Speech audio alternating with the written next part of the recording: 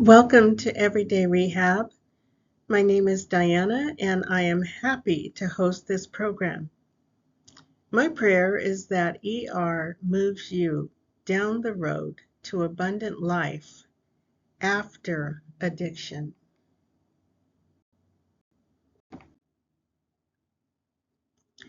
Well, let's read Genesis chapter 4, verses 1 through 7. I'm reading from the New Living Translation of the Holy Bible, and it reads like this. It is about Cain and Abel. Verse 4. Now Adam had sexual relations with his wife Eve, and she became pregnant. When she gave birth to Cain, she said, "With the Lord's help, I have produced a man." Later, she gave birth to his brother and named him Abel. Now here I just want to say it's possible that they were twins, since the narrator does not state that Eve became pregnant again. Okay, a little digression there. When they grew up, Abel became a shepherd, while Cain cultivated the ground. Verse 3. When it was time for the harvest, Cain presented some of his crops as a gift to the Lord. Abel also brought a gift, the best portions of the firstborn lambs from his flock. The Lord accepted Abel and his gift, but he did not accept Cain and his gift.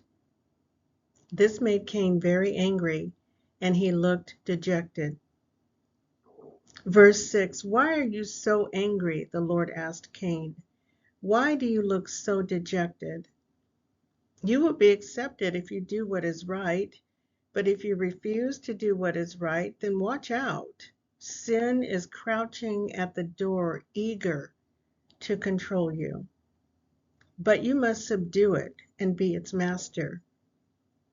Now here I want to say, there are many theological ideas contained in these passages, but I want to focus on one, and that is the word attitude.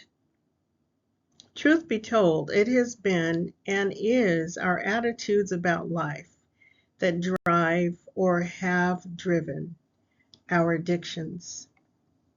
Let's move on and look a little further.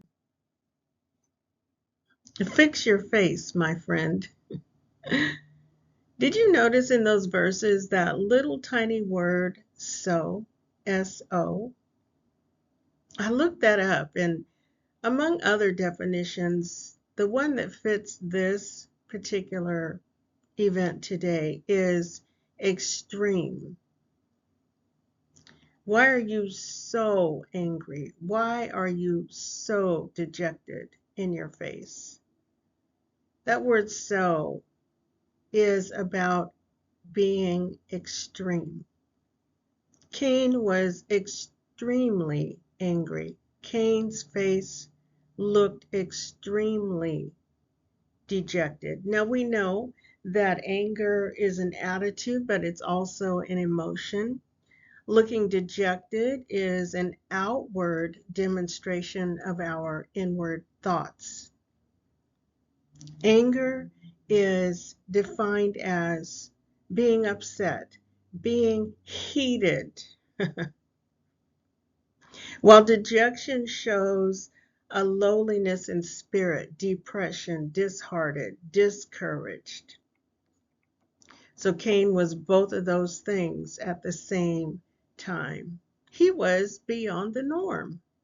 Yes, it's normal for us to feel anger and to have angry emotions. It's normal for us to feel low in spirits, to have times of depression and feeling discouraged. Those are norms, but Cain was beyond the norm. God saw that, and he asked him, "Why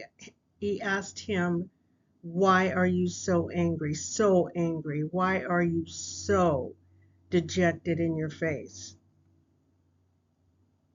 You know, when you and I stop long enough to ask ourselves these two questions, why am I so angry, and why is my face so downcast? I think what we'll discover, the answer has to do with our own selfish desires.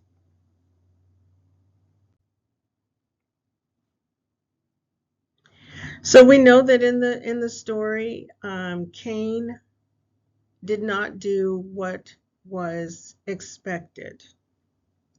And our refusal to do the next right thing opens the door for negative consequences that are waiting for an opportunity to leap into our lives and chew us to bits. But we already know that, right? What it comes down to for us and what it came down to for Cain was a battle of the will. Which side is going to win? The middle image on this slide is a plumb line, of course, over the scriptures. And so it could be inferred from verses 6 and 7 in this account that Cain had been informed of God's standard regarding bringing an offering. And if that's the case, it makes sense then that Cain would be asked by God, essentially, what's your problem? That's my translation, DLGS translation. It seems that Cain made a choice to do things his own way. You know, the wonderful thing about our Heavenly Father is that He's very clear and He's very upfront about what He wants for Himself and about what He wants for those who belong to Him. Our God is not sneaky, He's not hiding, He's not nebulous, He's not cloudy. That's that word, nebulous. He's not cloudy. He's as clear as 24 lead crystal. 24%, I think, is what it's called, lead crystal. He's as clear as crystal when it comes to giving instructions and directions. He's also clear about consequences. So I'll say it again. It is simply a matter of choice. It is about the will, my will, and your will. So the question is, are you ready to rumble? When a wrestler goes onto the mat, he has one thing in mind: taking down his opponent and holding that opponent's shoulders to the mat until he hears the sound of that referee's hand slam the mat, signifying his victory. Break down, take down, pin, you win. Now, we're not here to judge Cain. Rather, what we're doing is our own searching deep dive. And I would dare say that the foundation of our addictions, whether they are the foundations of our addictions, whatever they are, directly relates to us not getting what we wanted when we wanted it, what we thought we deserved, or frankly, what we needed. You and I still wrestle with these unhealthy, spoiled thought patterns. But by facing them openly and honestly, by wrestling with them privately and overcoming them, you and I can have a day of victory. One day's victory leads to another and another. Activating Romans chapter 12 and verse 21 would have done a great deal for Cain. And it says this: do not be overcome by evil, but overcome evil with good.